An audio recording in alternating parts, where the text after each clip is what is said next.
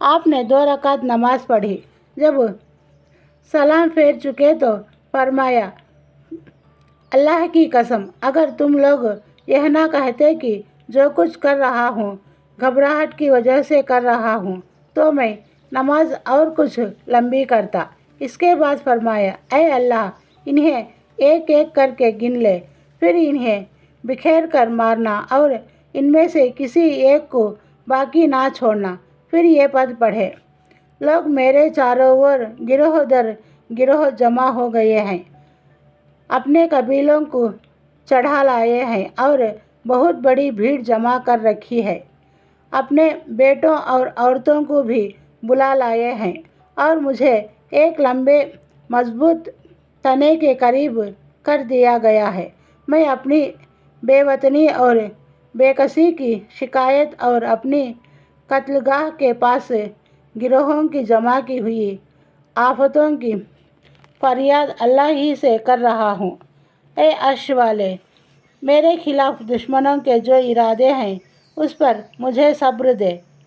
انہوں نے مجھے بوٹی بوٹی کر دیا ہے اور میری خوراک بری ہو گئی ہے۔ انہوں نے مجھے کفر اپنانے کو کہا ہے، حالانکہ موت اس سے کمتر اور آسان ہے۔ میری آنکھیں آنسو کے بنا امڑ آئیں۔ میں مسلمان مارا جاؤں تو مجھے پرواہ نہیں کہ اللہ کی راہ میں کس پہلو پر قتل ہوں گا۔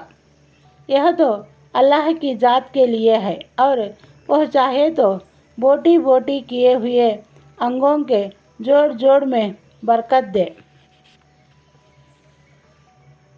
اس کے بعد ابو سفیان نے حضرت صبیب سے کہا، کیا تمہیں یہ بات پسند آئے گی کہ تمہارے بدلے محمد صلی اللہ علیہ وسلم ہمارے پاس ہوتے، ہم ان کی گردن مارتے اور تم اپنے بال بچوں سے رہتے؟ انہوں نے کہا، نہیں، اللہ کی قسم مجھے تو یہ بھی گوارا نہیں کہ میں اپنے بال بچوں میں رہوں اور اس کے بدلے محمد صلی اللہ علیہ وسلم کو جہاں آپ ہیں وہیں رہتے ہوئے کانٹا چبھ جائے اور وہ آپ کو تکلیف دے۔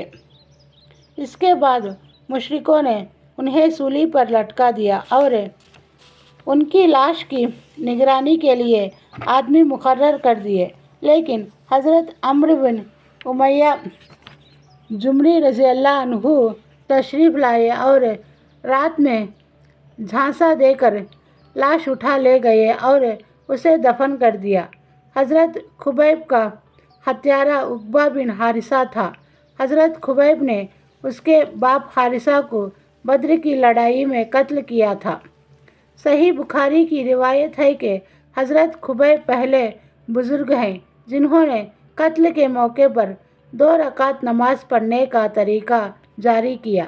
انہوں نے قید میں دیکھا گیا کہ وہ انگور کے گچھے کھا رہے تھے، حالانکہ ان دنوں میں مکے میں کھجور بھی نہیں ملتی تھی۔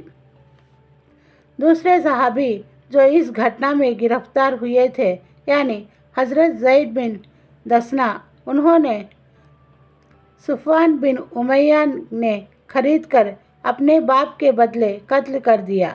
قریش نے اس مقصد کے لیے بھی آدمی بھیجے کہ حضرت عاصم کے جسم کا کوئی ٹکڑا لائے جس سے انہیں پہچانا جا سکے، کیونکہ انہوں نے بدر کی لڑائی میں قریش کے کسی بڑے آدمی کو قتل کیا تھا، لیکن اللہ نے ان پر بھیڑوں کا جھنڈ بھیج دیا جس نے قریش کے آدمیوں سے ان کی لاش کی حفاظت کی اور یہ لوگ ان کا کوئی حصہ حاصل کرنے پر قدرت نہ پا سکے۔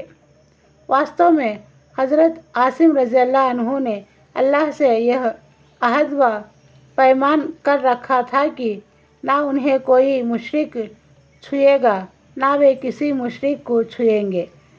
بعد میں جب حضرت عمر رضی اللہ عنہ کو یہ گھٹنا معلوم ہوئی تو فرمایا کرتے تھے کہ اللہ مومن بندوں کی حفاظت اس کی وفات کے بعد بھی کرتا ہے جیسے اس کی زندگی میں کرتا ہے۔ سبحان اللہ۔ السلام علیکم ورحمۃ اللہ وبرکاتہ۔